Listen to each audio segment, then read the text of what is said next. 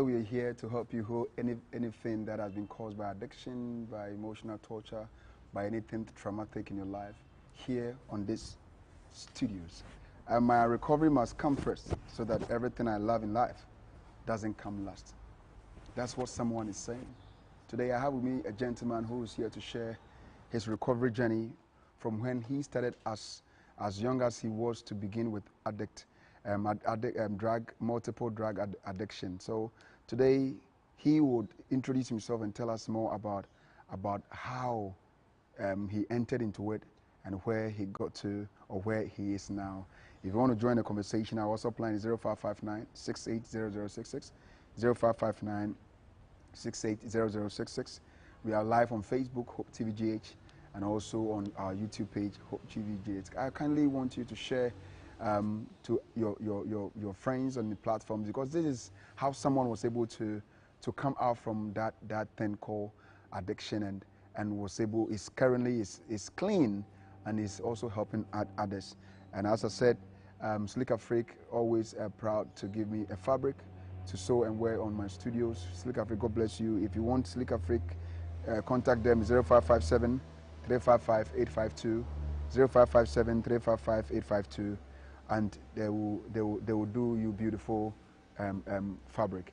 And if you want to also help Wounds of the Heart program, 0559 535554, you call this number. If you want us to contact your word addict or anything, you can talk to us also, and we will connect you to people who may or can help you in that regard. Yes, I said today I have a gentleman on studio, here at studio, and he's here to tell us something about how he was able to leave out addiction. Brahima, good evening and welcome to the program Wounds of the Heart. Good evening, Pastor. And how are we doing, Brahima? By the grace of God. All right. So since today is our first time, Brahima, can you tell my audience who Yima is? Who is Emmanuel? Oh, okay. I'm Emmanuel Yeboah, a recovering addict from multiple substances, and I also run an NGO, Recovery of Addiction Foundation, in which we help people in addiction to also recover, and also create awareness to people about the dangers involved in drug addiction, so that they will not even get themselves involved in the first place. Okay.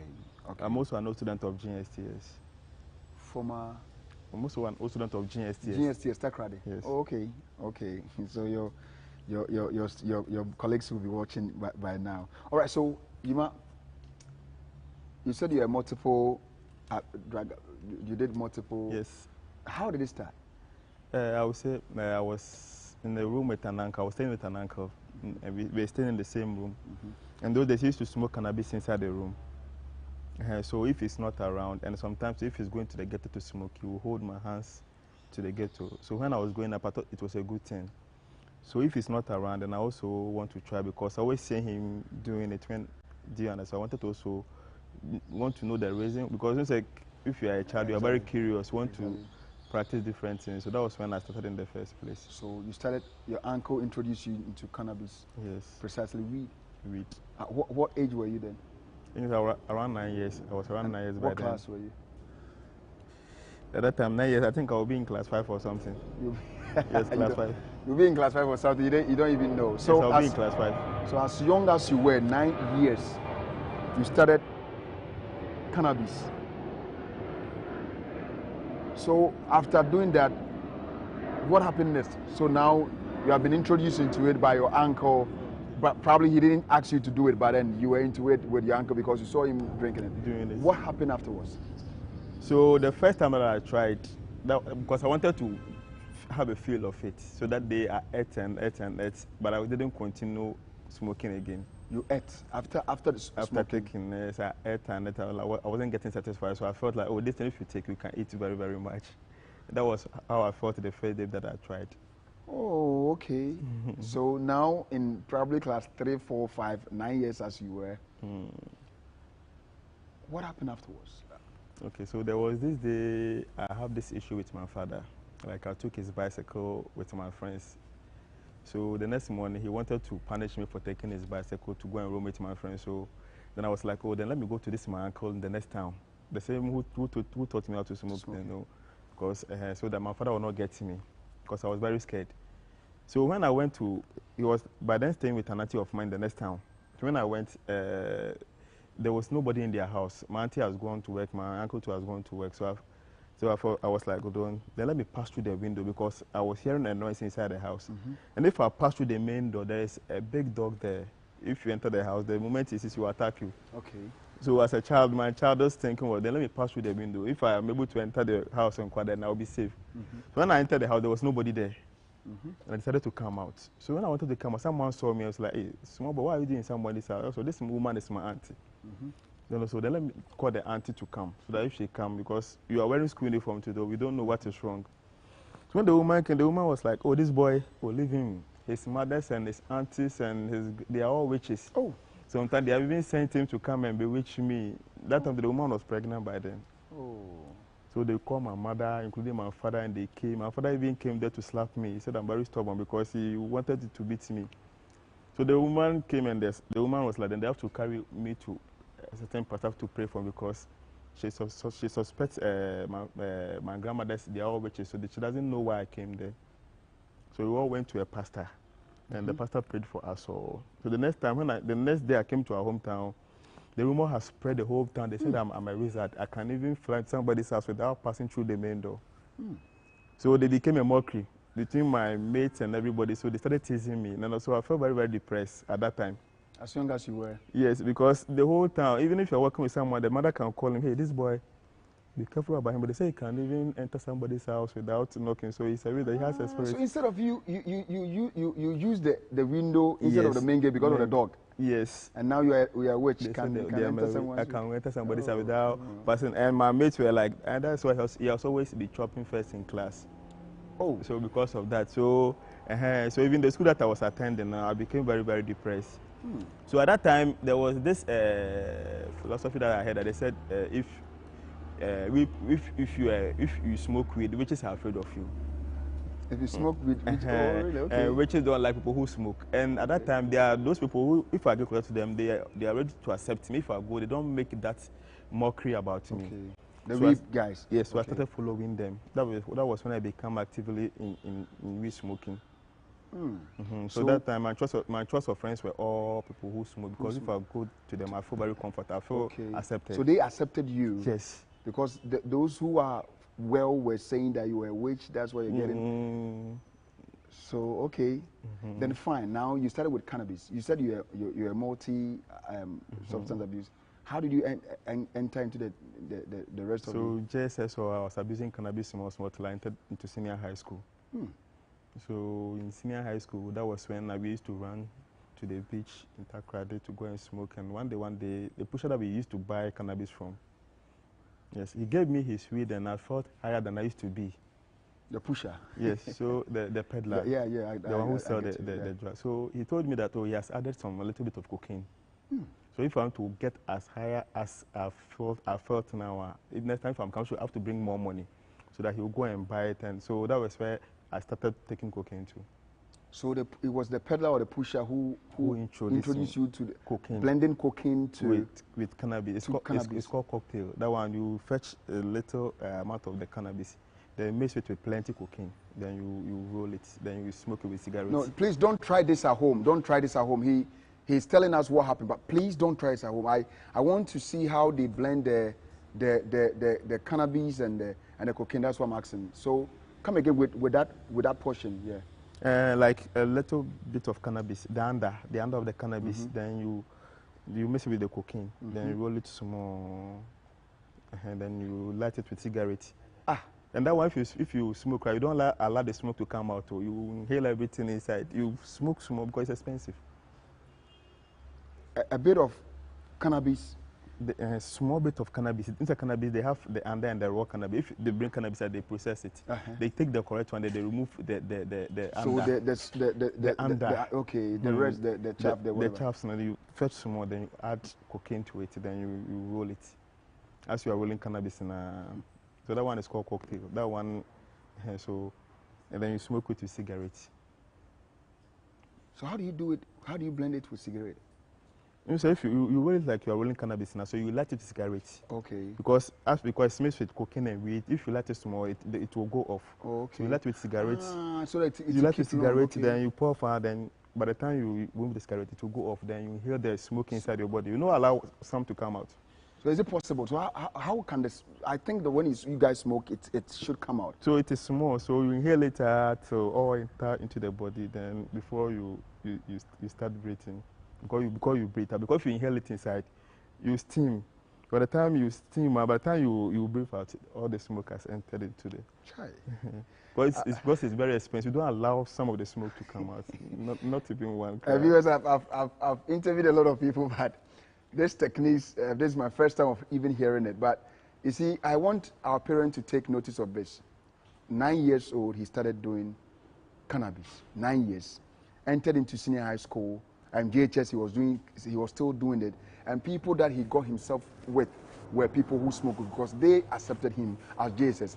And now he's telling us that he entered into senior high school, and they even ran into the beach to sell. And the peddler, the one who sells the weed to them as student, introduced him to what we call cocktail, adding a bit of cocaine and the chaff of the weed and smoking with cigarette. So what in the school days, were you able to concentrate in school, and how did addiction, was it okay with you in school? What happened? What really happened in school? It wasn't okay. It's like you will not stay in school. Anytime when you wake up in the morning, instead of you to go to class, you put colored clothing inside your bag, you flip the wall, you change, you remove your uniform, you wear mufti, you go to the ghetto. 24/7. So even the teachers go to know that's what I was doing in school. I was even caught. They gave me to school counselor for her to be counseling me. Went to suspensions. I would say because of the drugs, my SHS was full of trouble. Every semester, every time I have to go on suspension. Every semester you go on suspension? Every semester I have to go on suspension. Even when I was complete school, I got arrested. We'll come there. We'll come to the rest. So in school, did you have gangs? Did you have people you were working with in school? Did you introduce people into weed? Yes, I introduced people, and I wouldn't say I have gangs. But there are some people, when they also see your life, others would not like it. And some people, when they see you from afar, they would like to work with you. Do you understand? So if I'm there and you approach me that they want to work with me to wherever I'm going, fine, I'm okay. But I will not come and lure you to come and smoke. Because if the authorities get to know us, I'll also be into trouble. So how can you even guess how many young new students that you may think you introduce them into smoking? Yes, and even some of them, as I'm in recovery, I also see some of them on the streets. Oh. And some of them, even if I try to advise them, they felt say, oh, they don't have any problem. They're okay with the life that they are living. I saw one at Medina last time, and I was very, very. So that's why I have the urge to also come out to speak, because I thought we didn't know before entering in the first place. So the best thing is to teach the young ones so that they will also get being lured into this same situation. And as I met them, their story is just like mine. You meet them, oh, I went to KNUST, I went to I went to this, I went to Central University, but now I didn't complete all the schools, and they all end up in the ghetto. So were you able to finish GSTS? Yes, I was able to finish. And I wasn't learning at all, but I was able to go to Polytechnic by then. With good grades? I would say I wasn't learning, so I had some BB and CC. Hey, because in GSTS, if you learn automatically have to pass and go to either Tech or University of Ghana or UMAT. So some of us, we are not learning that much. We had BBs, and our grace were able to take us to Polytechnic. I would say just by the grace of God. That is what I would say. Just by the grace of God. And naturally, I was very brilliant student, but just that we were not learning. We weren't learning. You were spending so much time in most of my time in the ghetto. And if you are high, how can you learn? If you even take the book, you sleep. And some people get that perception that if you smoke, you can learn. It is a lie. Say it again. I said some people have that perception that if you smoke, you can learn. It is a lie. So I have students at home who are listening with that perception. What do you tell them? I said it's a big lie. If you smoke and you take a book, if you read 1-2 verse chapter, you sleep. And whatever you are learning will not even go into your mind. As you are reading, your mind your mind will be roaming somewhere. So now, so a bit of cocaine. Now, weed. Aside cocaine, did you smoke? Did you drink also? Because I know that. Yes, I've drank before. I've drank before. I've taken tramadol before. This drugs, ecstasy, Raffinol. I've taken all. We say if you are in addiction, the moment you hear, oh, this thing is higher than what this thing has, it will get you higher. Now you just jump into it. That is how addiction is. So if you see somebody who has been abusing drugs, but they don't start from cocaine, they start small, maybe some even with cigarettes, then maybe with small cannabis. And as time goes on, the cannabis will not get too high again. So you want something higher than the cannabis. Do you understand? They start mixing it with tramadol, those, and now even this kind codeine and this Ritalin, and a whole lot. I say some people, I've been like some people have been, how should I put it? They are cooking women, their menstruation pad, and they are inhaling rub and solution and those things. So just to get a whole lot. Today, I'm adding a bit to what I already know, and people I bring them here. It is something else, but I know that my interest is where introducing new students into the thing, because at the end of the day, yes, your children are in school and you think all is well, but if we don't learn some of these things and educate them before entering into senior high school, mostly we'll turn up doing this thing, as my brother is saying. So we're in senior high school now, we are done. At a point in time in your social life, how did it affect you? It affected me so much socially because you will lose some kind of friends. Even some people come closer to you because of your attitude. Because with drugs, you become a manipulative. You become a thief. Do you understand? So nobody will even like to work with somebody like you. Your physical appearance, how you conduct yourself. You understand? People will see you, maybe some of them, you see them about maybe some month, you are not bathing. You are always, your clothes are dirty. You understand? And so you lose a whole lot. You will not even get a better work to do. Do you understand? Even you will not even think of getting a girlfriend because you are married to the substance. And most people who are into drug addiction, those called the junkies, they don't get married. They spend all their years with the drugs, and you see them dirty on the streets. They ended up in the streets either begging or picking scraps from the gutter. They become a liability to the society. So before then, after, so how long were you into addiction? I would say more than 20 years. 20 years. Doing all sorts of addiction, or from weed to tramadol to diazepam, ecstasy to cocaine, a whole lot. Cocaine, the cocaine became the last cocaine. So I was able to go to rehab and I had my recovery. So cocaine was after all the cocaine was the last that. Yes, cocaine was the last, and I've tried heroin before, but I think that one, it was very expensive and it was once. But cocaine was what I was abusing mostly. Okay. Because that one I was feeling how I was getting the feeling. How do you feel? Do you have any regret in what you did? If today you should turn back and look at 20 years behind your life, how do you feel about this? If I sit down and I cast my mind back, I really regret it because there are so many opportunities I just drove them away. Do you understand? I wasn't aware. Like what? Oh, like you go to university, just will tell you shouldn't go to lectures, go to ghetto. And I don't know, nobody will sack you from the university, we just drop out. Most of my friends, if you see them, they are in the office, married with apartment, but here I am now. I'm not picking up the pieces together so you can understand. You waste a whole lot of years. So if I did not be the grace of God, that I'm able to admit that I have this man problem now, so then let me ask for help. There are some people in it who doesn't know that they have a problem with addiction. And with drugs, you get into multiple troubles. If you are not like, drugs is threatens. You either go to an institution like rehab, then you change. The next is jail. And the list is premature death. There is nothing that you can escape from these three things with drugs. And most of my friends have been jail out. Others too have been rehab, home, no improvement. So your life will become stagnant. No improvement. So when you look at your colleagues who are in the offices, and do you call them? Do you talk to some yes, of you them? talk Would to they them, call but you not to- everybody is willing to welcome you closer to him. even when as you are in recovery? Yes, because some might think, oh, this guy, he wasn't serious in life. This guy, not, do you understand? Not everybody would like to, and not everybody has that compassion. But my thing is, if you come to him, the conversation will be like, then maybe he has to help you with something, or I don't know. Do you understand? So most of them, not everybody, but some of them are also, as I'm clean, some of them are, I'm cool with some of them, but not everybody. And some of them, because of your part, they might think, say, oh, this guy, or if I give him an opportunity, maybe in future I can even do something, because you have the past there. Listen, not everybody that believes in change. Sure, Do you yeah, understand? that's correct, So you take people who can see from afar, All right. like men of God like you. All right. So that socially you were not able to get closer to people, and you lost a lot of opportunities. Yes, addiction, most of addicts, they live in isolation.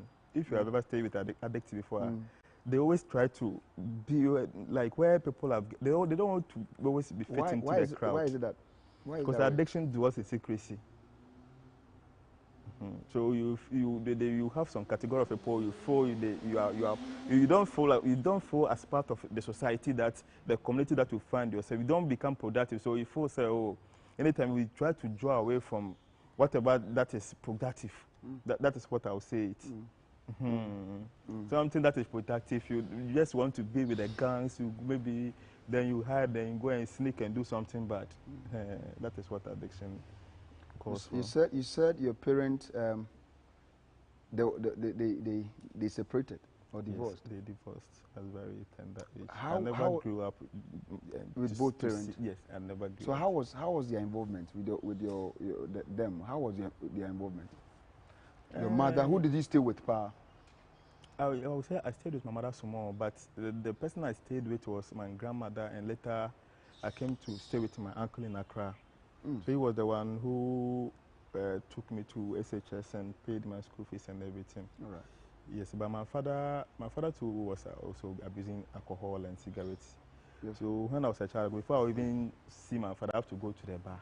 The bar. So the causes, the risk factors that we say genetical predisposition is real sometimes. It is very, very real, because some of the parents might be in the house and then they will be smoking, their children are watching. And you see, the children are like, they don't follow what you tell them, they follow what you do. You do, yeah, exactly.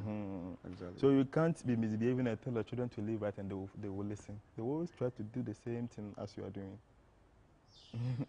So if you are doing something and you are kids, you have to be very, very careful. Parents, this is a caution for all of us. Whatever you do is what our kids watch, and this is real. That's why your little one could pick up a mobile phone and start talking as you do. You didn't teach him or her how to talk on phone, but when they pick our mobile phones, they talk as if they have business with somebody on the phone. Yeah, we are hearing the story of our brother as to how Bercy was able to engage himself in addiction. 20 years is not a joke. 20 years is not a joke in his life. 9 years he started. That is what I wanted us to take note on. 9 years he started smoking, and I think that he has lost a lot of opportunities, and his friends, as it stands now, some accept him, some also, well, they try to ignore him because of his past. But so what happened? Why the turning point? At a point, I felt, no, because initially we didn't know this is where this thing is going to lead us to. And with cocaine, when it is out of the system, the withdrawal you go through, sometimes you have to go and steal. Sometimes you have to tell us practically, tell us about your withdrawal stages. So we are now doing the turning point. When you wanted to say no, if I want to stop, you are there, you see body pains all over. Sometimes you cannot even wake up and walk. Like I said, we are sitting here, I'll be wearing like jackets, like 3, but still I'll still be feeling cold. It's like they have put inside the deep freezer. Withdrawal. So your body, because the cocaine, there's heat inside. So as it's out of the system, you feel very, very cold. Instead that you'll be shaking. But the moment you get a substance, you become okay. So your withdrawal was sometimes cold, like cold. It's like you get rheumatism. Hey. So that is what pushed them to always go and chase for the drug, because the withdrawal is very That's painful. what pushed you. it push everybody. You can't. You become sleepless. You become restless. Do you understand? Yes, you feel uneasy, nausea, everything, body pains. So the best thing is to just go for the drug. So whatever you do, so that to avoid that withdrawal, you always have to do it. That's why if you want to stop, they have to take you to rehab center. What did you risk in stealing something to buy? What was it that moment? I remember a day I went out to beg a friend for money and he wasn't there. So I was swimming and I entered into one hotel. And the people were swimming at the poolside, so I saw someone's phone. I didn't plan on going to steal, but and I didn't even know the hotel. So I took the phone and I was just going because there was a back door. So as I passed the back door, I saw there were securities there. So I have to cool down, be gentle, as if I've not stolen anything. They opened the door for me and I was able to get out of the hotel and I started running. So as I started running, I saw that they are calling. I didn't pick, and I went to the ghetto and went. And that's so how much did you sell that phone? One thing about if you are a junkie and you steal something, you are taking whatever money they will give it to you, you take. So do you remember how much you stole? I think I stole 150 cities. And what phone was that? I think those days it was Samsung's Galaxy S6. Those days it was Samsung or the latest phone by then. And you sold it about 150 cities? 150 because you want to, your techies. If you go to the gate, there are people who also come there to buy those things. Oh, okay. Okay, it's a marketplace. So if you come, they also call him Charlie. Because you can't go to town and go and sell it because you needed the money. If somebody see you holding it too, you can be held responsible because it's a stolen item. Do you understand? So they call a friend and he also came. We bargained. I thought the money wasn't good, but because I was so desperate, then I took it like that. Even that money, but the next day the money. 150 cities is gone. Cocaine is gone. Yeah, everything will go. So I don't know what to say, but but that was the risk you took that time. I've taken so many risks. I've sold all my belongings inside my room, even our house. Even if I enter my mother's room, whatever I'll see there. So at a point, they will not allow me to enter anybody's room. I'll just lock everything. You sold your room. You sold everything. Even if like somebody had wanted to rent the room so that I'll go and sleep at the ghetto, like I'll rent the room out. I wouldn't lie. I have people who have moved out from their house about 2 to 4 years now. They sleep at the ghetto. They sleep on veranda. They don't bath. They are clothes the same as I saw them about 2 to 3 years now. And they are okay. They wake up. They will go out to the streets, go and pick scraps. Others go and steal. Others go and manipulate people. People go and beg. Little later, they all come together and use their money for the drugs. Viewers, it's something else. Sometimes I feel I get goosebumps when I hear things like that. There are people on the streets, not necessarily they want to be there, but certain situations cause them to be where they are today. Not that they are not from good homes, so they are people from very, very, very good homes. Then what was the problem? Yes, that is when addiction take over you. That is all. So at a point, your people will try to help you. So if they try and you are not helping you, they feel say that is what you want to do with your life, and they will leave you. So how did you see yourself in a rehab? When I went to the rehab, when I went to rehab, I felt regretted. So who took you to the rehab? How did I confronted one pastor. Okay. In my hometown, Well of Salvation Ministries, Prophet Collins Nyako. I always thank him at every platform that I go. So I confronted him and was like, oh, this is the devil plan to destroy your life. Because as you keep taking the drug, it will destroy the body. And the purpose of God for your life will never come to pass. But as you have come to me, I will make sure that you go to the rehab and come and stay clean and do the work of God. So he didn't use prayers. He took you to the rightful source, rehab. Yes, and will add prayers to it. He's a man of God who, if you tell me you are sick, he wouldn't say, I'll pray for you and you get healed. He will tell you, go to hospital. That's fine. Even if you don't have money, he'll give you money, go to hospital. Then maybe after that, if he will pray for you, fine. He will never advise you that, oh, I'll pray for you. No. I have never heard anything from him before. So which rehab did you go? I went to Pantan Rehab. Just Pantan Rehab. So you were in Accra? Yes. So if you go Pantan, they will assess you. You go to assessment ward. So if your case is not where they have to admit you at the mental ward, then they have to, because they know it's the addiction that is causing the problem. If it's addiction, they have to go to rehab center. It's, I would say it's character modification, behavioral therapy. So they will just teach you, because addiction is a learned behavior. So they will teach you gradually to unlearn it. And in psychology, I learned if you do something continuously for 21 days, it becomes your habit. So rehab, it entails a lot. It's both psychological, spiritual, and physical too. So they teach you all the techniques, the tools to apply in every situation, so that you can be fit into the system, into the society. All right. So now we're going to talk about the story at when he went to Pantan Rehab. In case you just joined, we are Brahima here is talking to us about his recovery journey, where he started, what happened to his life, and where he's heading towards now. You can share the platforms to your church platforms, your adult, young adult, wherever platform you want to share, because this is a storyline for people also to learn something from it. I don't want you to go anywhere. Stay right there, and I'll be right back.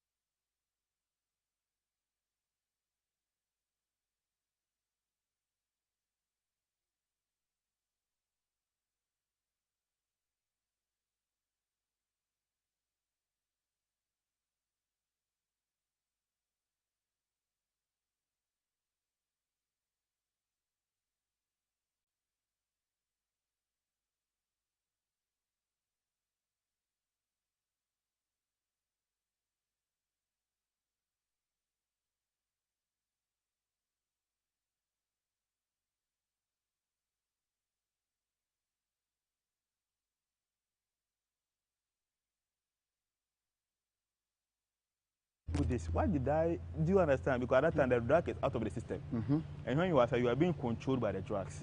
So that is where you try to reflect. Why didn't I even focus on my school? Why did you understand? So you try to find out the why of everything. And so that's where the counselors also motivates you and encourages that, oh, all hope is not lost. If you are willing to and you change, God will also create opportunities for you. They will encourage you. They'll, that is. So how many months in the rehab? I spent, I think, 3 months. Yes, 3 months. You met friends. Yes, you meet friends and you see people whose condition are even worse than yours. You see people from very rich background, and you see people from. So you see a category of people. You see people who are even being brought from outside and they are there. So at the point where did you see somebody who comparing yourself to the person in terms of your substance abuse, that his was way. Yes, and what, I can see what people who not that, like you see that it's all about how you are how cooperative you are. Do you understand? Some people, they're not cooperative. Like you'll be there, you see that you just be laughing. Maybe as we are here, you see that involuntary, you just be laughing. You see that no, this person, something is wrong somewhere, and the parent will come and sit down and cry. And there's some people, they will even be there more than 6 months. But looking at their condition, they cannot accept them in the house. So they will still have to be there and hope that maybe one day they also get their recovery. So comparing yourself to somebody, you entered with multi-substance abuse. I was far better because even when I went to the counselors were even saying. So even they even make me, when I was about to leave, I was even the head of the residence there. Because they were even feeling pity for me because they say I'm very, very intelligent and, do you understand? And very cooperative too. So you met somebody who was also addicted to probably cocaine or whatever, and there are some people probably they may be way older than yourself. You also be older than some people. I was one of the youngest guys there. I met even one man who was almost 67 years. He has never married before. An addict to what? Addict to multiple substances, like as I was saying. Very, very old. And all his life had been all his life. I met someone who was about 50 years. All his life has been addiction. No marriage, no children, no anything. So this is what addiction can lead you to. And even in rehab, I remember when they were doing my detox for the first time, and I lost my life in the rehab. That is where even detox, okay. That was where I even thought I shouldn't even go back again to substance because this is the last chance God has given me. So how did that? There was this infusion inside my veins, and I was asleep in the night. So to the night nurses, they were also asleep, and if the cannula inside your veins, I shook it and it came out. So I started bleeding, and I was asleep too in the night. So I was bleeding, and it took someone who was just sleeping beside me to wake up in the night to say, oh, because when the guy wake up, my bed sheet, the floor were all blood, and they were trying to wake me up. I couldn't wake up, and I could see they are calling me, but if I talk, the voice can't come out. So at that point, I thought I was dying. So I thought I was dying. I thought my soul is leaving me, and as like a scenario, as my soul, I also for something that's blocking me on the way. And they were telling me that, you've not finished what you are supposed to do on this side. So, do you understand? Immediately, then I just wake up. I wake up open, and that time, if I speak, I can see they can also hear me. And I told them everything. So that night, I was like, so if I have died, what would have happened? So I cried the whole night, and I said, this thing, drugs, I will do everything in my ability to stay clean. That was a turning point. That was a turning point in rehab. Now, I said to myself, no matter what I go through, I will never taste drugs. And they also assure you that the temptation is there. If it's a rehab, it's a confined area. Exactly. But if you come out, the old friends are there. The community, you can pass a place, you see people smoking, it can trigger you. So they will teach you all the techniques. Some friends you are supposed to, even some people after rehab, they advise you leave the previous community you are staying to different environment altogether. So these are some of the, so if I face nature, I just call my counselor. This is what then in my pass here. If somebody is provoking me or if anything, I know people have to call so that they also in decision making and everything. So at which point did you tell yourself that you want to come out there to let people know what Yima has been through and what we need to stop? This idea came when I was in the rehab. When we were in the rehab, we were discussing. I was like, then I have to let people know. Because if you wake up and just one day, just visit rehab center, they will hear you. That's where you see strong and energetic, good-looking guys, and because of our drugs, how they have messed up there, who can be productive to our country. So I thought, so if this thing is causing this much harm to our youth, then why don't I come out to, tell people? So the idea came when I was in rehab, but when I came out, because I didn't have a platform to share, so it was a friend who was having a YouTube channel. And we started. And even as we started, people started bashing me. My friend was into addiction, threatening me and all over. But I thought, this issue has to be addressed. So they threaten you to what? To kill you or something? Yes, on several occasions. Some even tried to knock me down with car. That's why I even moved from my community and I came to Accra. Because you are advocating. Yes, yes. Even tried to poison me and things. So, but it doesn't put fear in me because I thought this issue. The more I try to talk, the more I try to speak to people, the more I also become relief. I also become free. Exactly. And the more you help people to stay clean, the more God will also help you to also stay clean. There are a lot of people who are are in recovery but can't come out.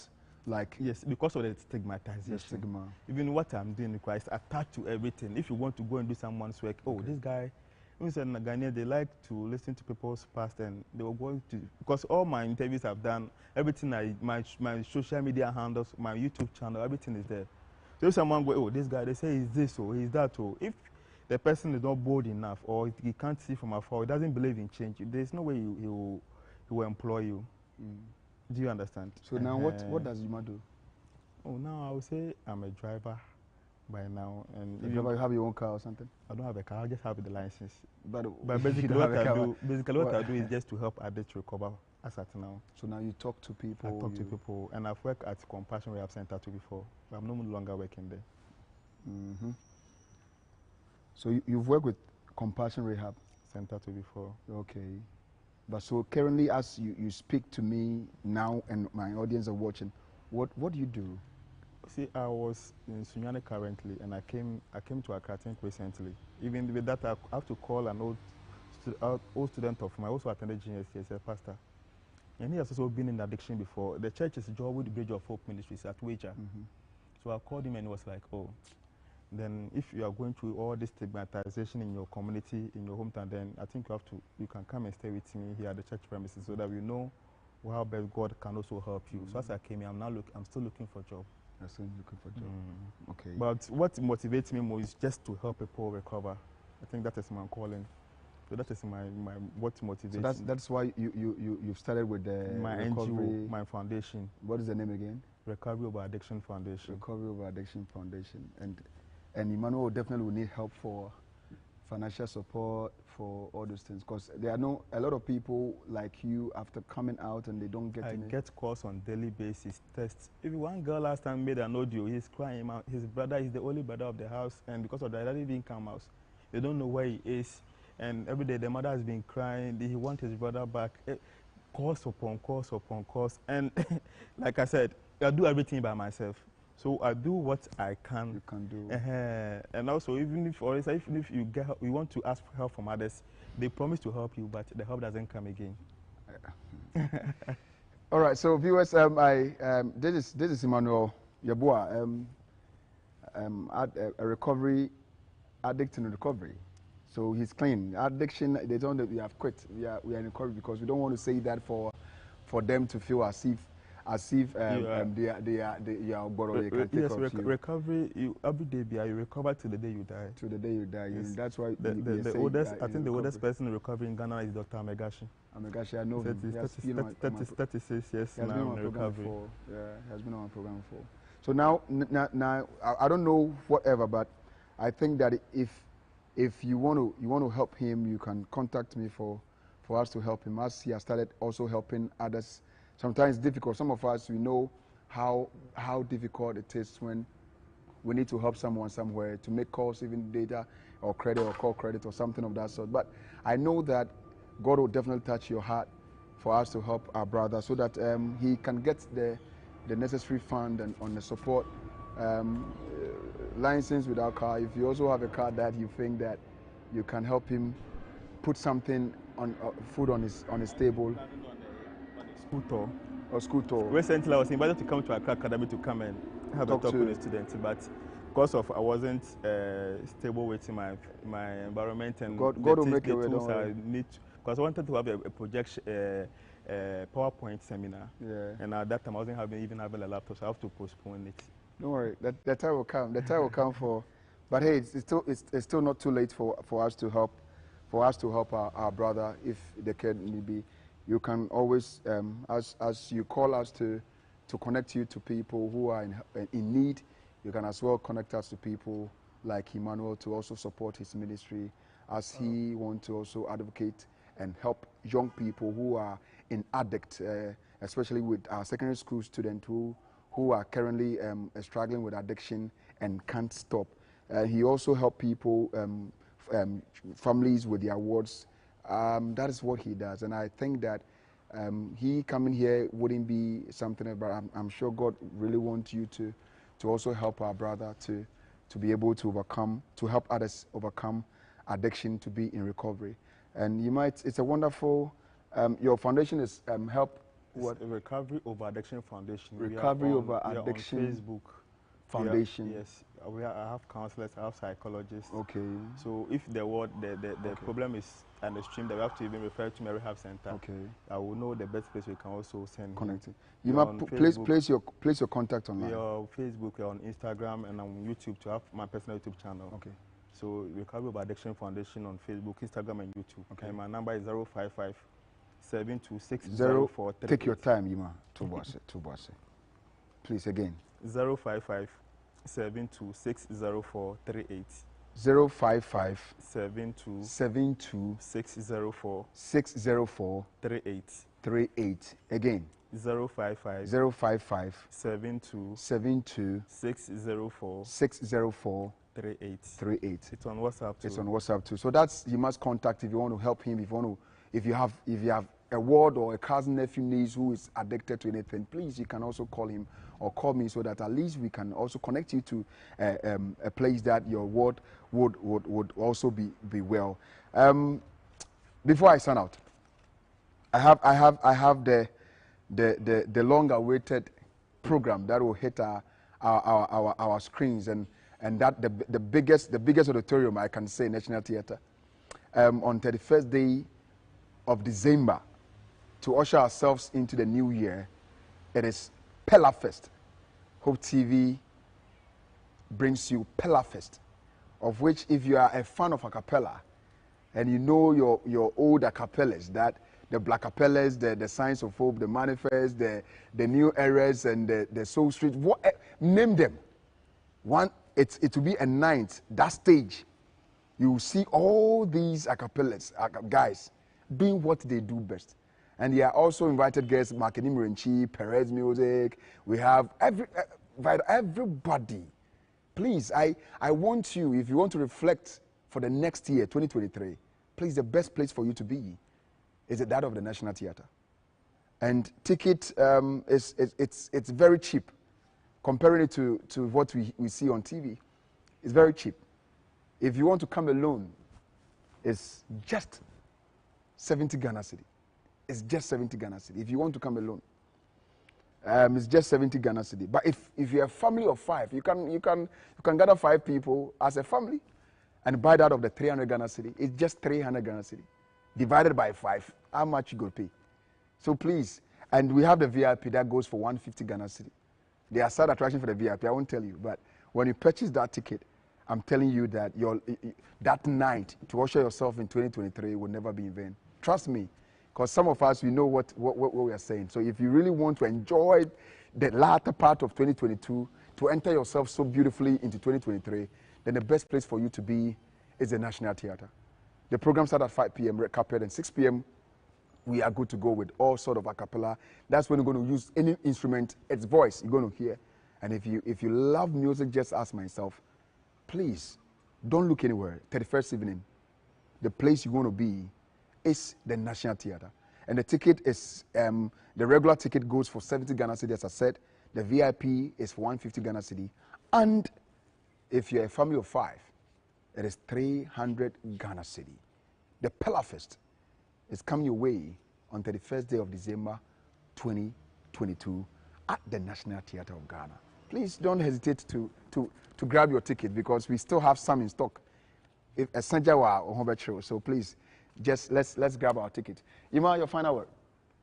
My final words, I would like to thank Prophet Collins Nyakon. Well of Salvation Administration, he was the one who was able to send me to rehab for me to transform. And my pastor in Accra here to Joe the Bridge of Hope, Pastor Godfrey Ajay, and also to my support persons who have been supportive since I got clean. And my advice to the youth too is, drugs is the only thing that can make the ambitious person lose focus in life. So, and it is one of the tools the devil is also using to destroy our generation now. So no matter how the situation is, the best thing is to turn to God, not to drugs. Turn to God, not to drugs. And if you want to support my foundations too, you can also call. So 25th to 31st in the morning will be on Valley View, the Pathfinder Campori. It's big. So please, we will gather together, and Hope TV will be taking them. So please let your TV set be on Hope TV from 25th to 31st morning, and it's going to be beautiful. It's going to be fun with our Pathfinders converging at the Valley View University for the extraordinaire SGUC Pathfinder Campori 2022. You there, and I've been your regular host. And of this program. And as we draw closer to the end of the year, please, this period addiction begins. This period, a lot of people go back into addiction. But I don't want you to. That's why Yima today has shared his testimony. And next week, Wednesday, we're going to tell you how best you'll be able to overcome the recovery, the withdrawals, and the 12 steps of addiction. Make it a date with me next week, Wednesday, as we come your airwaves with yet another intriguing story and topic about how to quit addiction, to be in recovery with all those steps. I have been your regular host, and the name is Pastor Daniel Abedu Bidiaba. I'm out.